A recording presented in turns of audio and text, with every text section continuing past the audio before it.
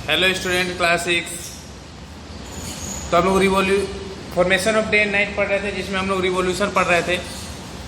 तो learning fact पढ़ते हैं। If you could look down at the north pole from space you would notice that the direction of the earth rotation is anti clockwise.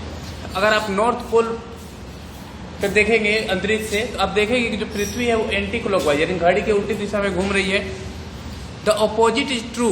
और इसके उलट अगर आप south pole से देखेंगे तो आपको लगेगा कि वो क्लॉकवाइज से घूम रही है। ठीक है, तो एक फैक्ट था, अभी याद रखिए। टाइड्स देखते हैं।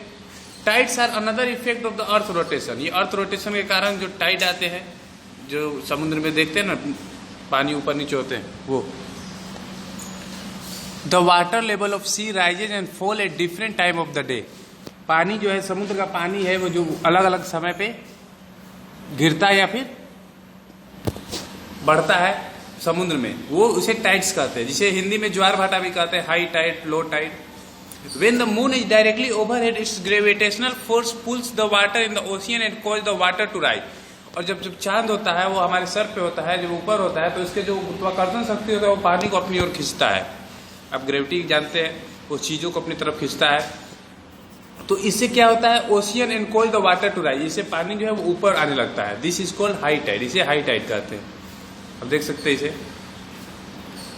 When the moon is furthest from the earth, और जब चांद जो होता है वो सबसे दूर होता है पृथ्वी से, द वाटर लेवल रिसेट्स, जो वाटर का लेवल होता है वो कम होने लगता है। This is called low tide, इसे लो टाइड कहते हैं। This movement happen twice a day, यह दिन में 2 बार होता है, एक बार हाई टाइड, एक बार लो टाइड। ऐसे करके this movement happen twice a day. Low tide देख सकते हैं, पानी जो है वो कितना दूर चला गया है तट से, और यहाँ देखिए कितना पास आ गया है। ठीक है, अब आगे देखते हैं। The direction of the rotation of the earth is anticlockwise at the north pole and at the equator. और डायरेक्शन अर्थ का हम पहले ही बताया कि वो नॉर्थ में देखिएगा तो एंटी क्लॉकवाइज है, और इक्वेटर पे भी एंटी क्लॉकवाइज है। ठीक है, अब रिवॉल्यूशन ऑफ द अर्थ देखते हैं। पृथ्वी जो परिक्रमण करती है सूर्य के चारों ओर, उसे क्या कहते हैं। We already know that the earth complete one revolution around the sun in an elliptical orbit in 1 year. Elliptical मतलब होता है जो मतलब पूरे सर्किल में नहीं करती है। पृथ्वी जो है सूर्य का चक्कर एक सर्किल में नहीं, एक एलिप्टिकल यानी कि एक अंडाकार रास्ता है, उसी से तय करती है। To be specific, the earth complete one revolution in 365 days और अबाउट 6 आवर। और अगर स्पेसिफिक बोले तो पृथ्वी को अगर समय लगता है वो होता है 365 दिन और 6 घंटे। फॉर आवर कन्वीनियंस, हम अपनी सुविधा के लिए we consider 365 days in a year, लेकिन अपनी सुविधा के लिए हम लोग 365 दिन ही लेते हैं साल का।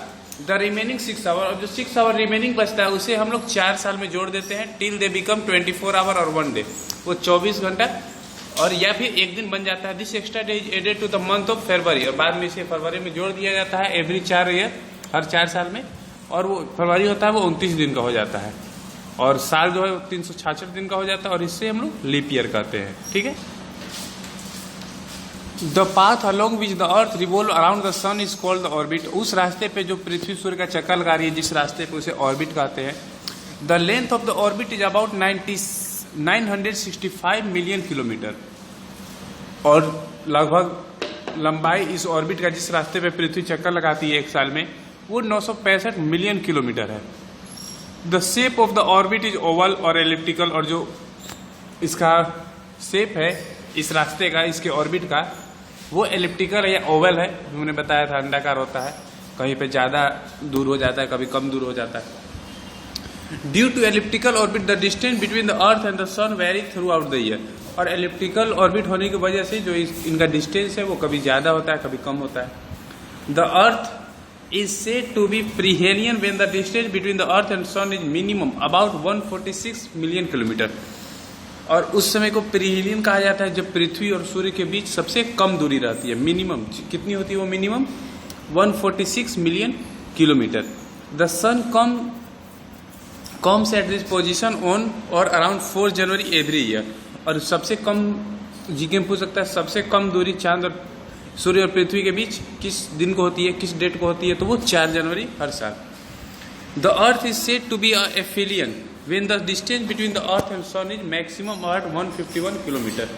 और उस और जब दूर होती है, सबसे दूर होती है, मैक्सिमम दूरी पर होती है, जो 151 किलोमीटर है, मिलियन किलोमीटर है, तो उसे हम लोग एफिलियन कहते हैं। यानी सबसे पास रहती है तो पेरिहेलियन और सबसे दूर रहती है तो aphelion. The sun come at the position or around 4 July every year. और ये समय कब आता है जब पृथ्वी सबसे दूर रहती है? तो वो 4 जुलाई को आता है हर साल। The distance between the earth and the sun varies only by about 3% during one complete revolution.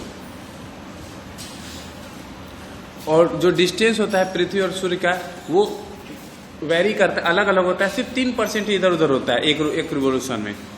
दस the average distance between the earth and the sun is about 148.5 million kilometre. इसलिए एवरेज अगर निकाला जाए तो पृथ्वी और सूर्य के बीच की दूरी 148.5 किलोमीटर रहती है एक रिवोल्यूशन में। देखिए सबसे कम 146, सबसे ज़्यादा 151, तो ज़्यादा का अंतर नहीं है, वो ऐसे ही होता है। ठीक है, अब इसके नेक्स्ट चैप्टर में पढ़ेंगे हम लोग नेक्स्ट वीडियो में।